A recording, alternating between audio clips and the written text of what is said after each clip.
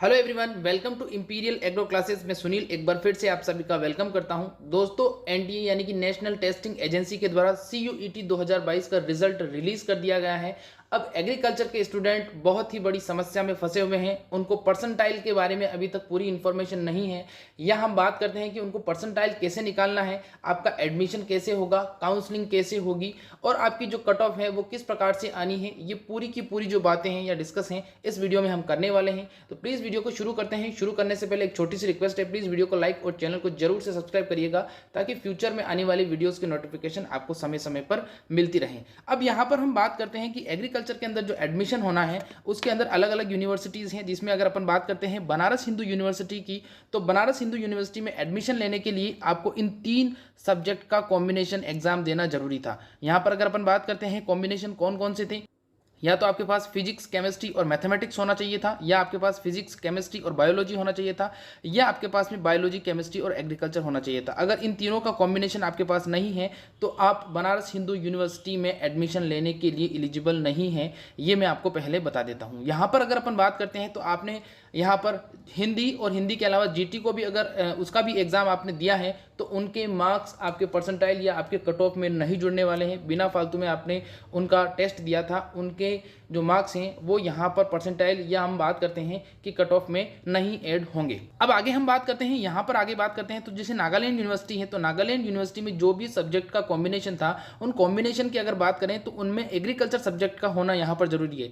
अगर आपके agriculture subject का जो कॉम्बिनेशन है वो अगर उसका एग्जाम आपने दिया है तो आप नागालैंड यूनिवर्सिटी के लिए भी एलिजिबल हो। फिर बात करते हैं विश्व भारती यूनिवर्सिटी की, तो विश्व भारती यूनिवर्सिटी जो है उसके लिए आपको पीसीएम यानी कि फिजिक्स, इसके अलावा है आपका केमिस्ट्री और मैथमेटिक्स का आपका कॉम्बिनेशन होना जरूरी है, या फिर आपके पास में फिजिक्स केमिस्ट्री बायोलॉजी का जरूरी है, या फिर आपके पास में फिजिक्स केमिस्ट्री और एग्रीकल्चर का जरूरी है। ठीक है, तो ऐसे ही हम बात करते हैं एक और यूनिवर्सिटी है जिसका नाम है हेमवती नंदन बहुगुणा।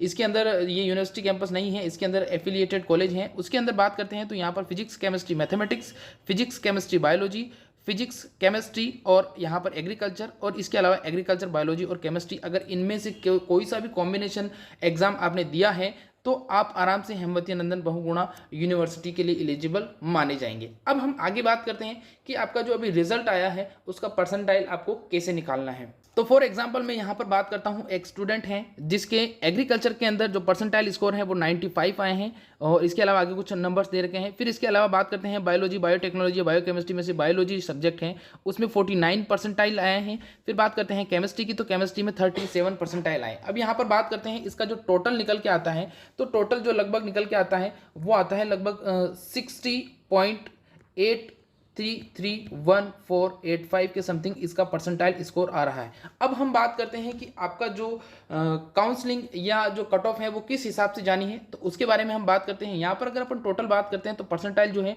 वो 60 परसेंटाइल आया है। अब जो कट ऑफ है वो किस हिसाब से बननी है वो मैं आप लोगों को बता देता हूँ।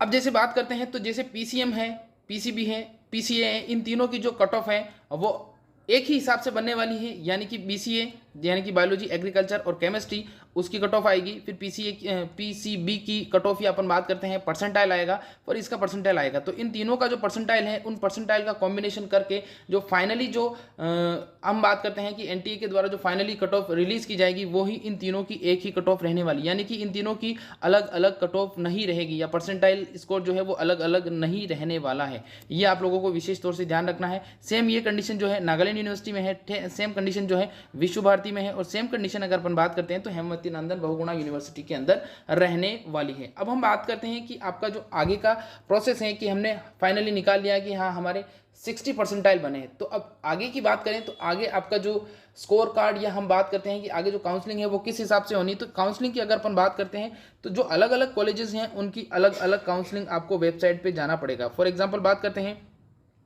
अगर आप बनारस हिंदू यूनिवर्सिटी के लिए काउंसलिंग करवाना चाहते हो तो वहाँ पर आपको अलग से रजिस्ट्रेशन करवाना पड़ेगा। नागालैंड यूनिवर्सिटी में अगर आपको काउंसलिंग करवानी तो उसके लिए अलग से करवाना पड़ेगा, और विश्व भारती में अगर आप जाना चाहते हो तो उसके लिए आपको अलग से रजिस्ट्रेशन करवाना पड़ेगा। सबसे इंपॉर्टेंट बात, अगर आपने अभी तक सेंट्रल का आपका जो कास्ट सर्टिफिकेट है वो नहीं बनवाया है और अदर डॉक्यूमेंट्स जो आपको चाहिए वो अगर आपके पास कंप्लीट नहीं है तो उनको आपको कंप्लीट करना है और जल्दी से काउंसलिंग को करवाना है। तो उम्मीद करता हूँ आपको समझ में आ गया होगा, और इससे रिलेटेड कोई भी इन्फॉर्मेशन अगर होगी तो इस चैनल के माध्यम से जरूर दूंगा। तो प्लीज़ वीडियो को लाइक और चैनल को जरूर से सब्सक्राइब